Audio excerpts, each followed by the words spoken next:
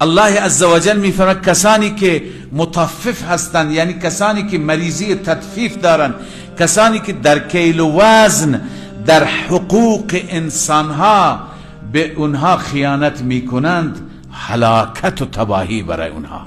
حالا تطفیف چیه؟ این هست که وقتی که ما برای کسی یه چیزی را وزن بکنیم، اون ترازوی دیجیتالی را طوری تنظیم میکنیم که به جای 1000 گرم 900 گرم را 1000 گرم نشان میده. در هر کیلوی 100 گرم به نفع ما میشه، در 10 کیلو 1 کیلو به نفع ما میشه. دلمون خوشه. میگویند که امروز خیلی مردم بالخصوص در این نوع ابزار جدید این کارها را میکنند. بعضی ها مثلا شما میرید ماشینتون را بنزین میزنید، اونجا اون کسی که پمپچی هست طوری تنظیم کرده که شما 20 لیتر میزنید ولی واقعیتا 18 لیتر آمده. دستگاه را طوری تنظیم کرده که اونجا 20 نشون میده. این تطفیف است.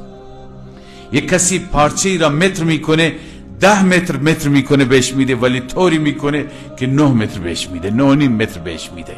یک کسی زمینی میفروشد، زمین همچنین. یعنی هر جا خیانت میکنه، هر جا خیانت میکنه. و تنها حالا این نیست، شما با توجه به شرایطی که ما داریم امروز گسترده ترش بکنید. یک کسی کارگر هست، یک کارفرما هست، پیمانکار هست، صاحب کار هست. همه اینها وقتی که کوتاهی میکنن، اون یکی در پول دادن، اون یکی در کار کردن، اون یکی در انجام وظیفه، اینا همه وقتی که کوتاهی میکنن جز تطفیف حساب میشن. یکی از عوامل بدبختی بازار ما که به این صورت خراب شده و مغازه‌داران عزیز برای این که ورشکست نکنن میرن دعا میگیرند، دعا پیش دعانویس ها، اونجا راه را اشتباه رفتن. اینها اینجا را اصلاح بکنند، سعی کنند با هیچ کسی خیانتی نشه.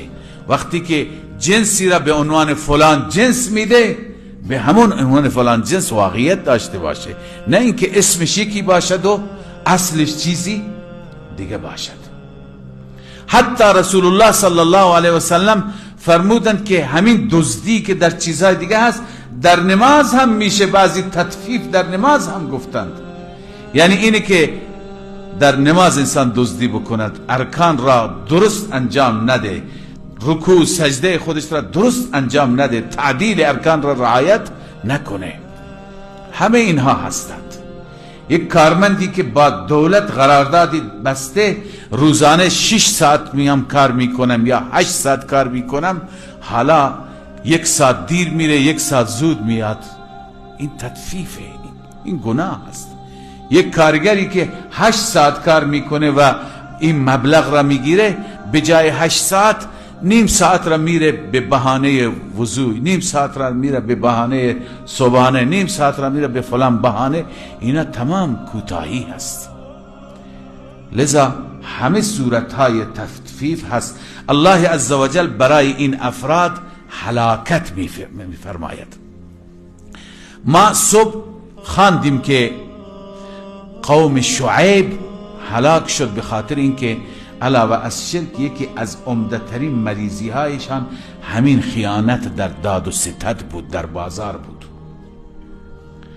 و یک چیزی خدمت شما عرض کنم که وقتی که رسول الله صلی الله علیه و سلم به مدینه تشریف آوردند، خب دین نیامده بود هنوز.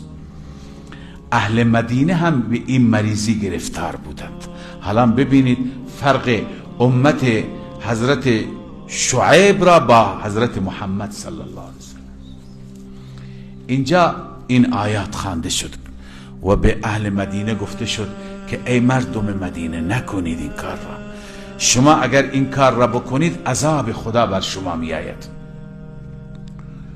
از اون روز که اهل مدینه ترک کردند، اینا چون واقعا ترک کردند، تطفیف را و خیانت در معاملات را، تا به امروز یکی از بهترین بازارهای دنیا بازار مدینه هست که هنوز این عادت هست، خیانت اونجا صورت نمیگیره.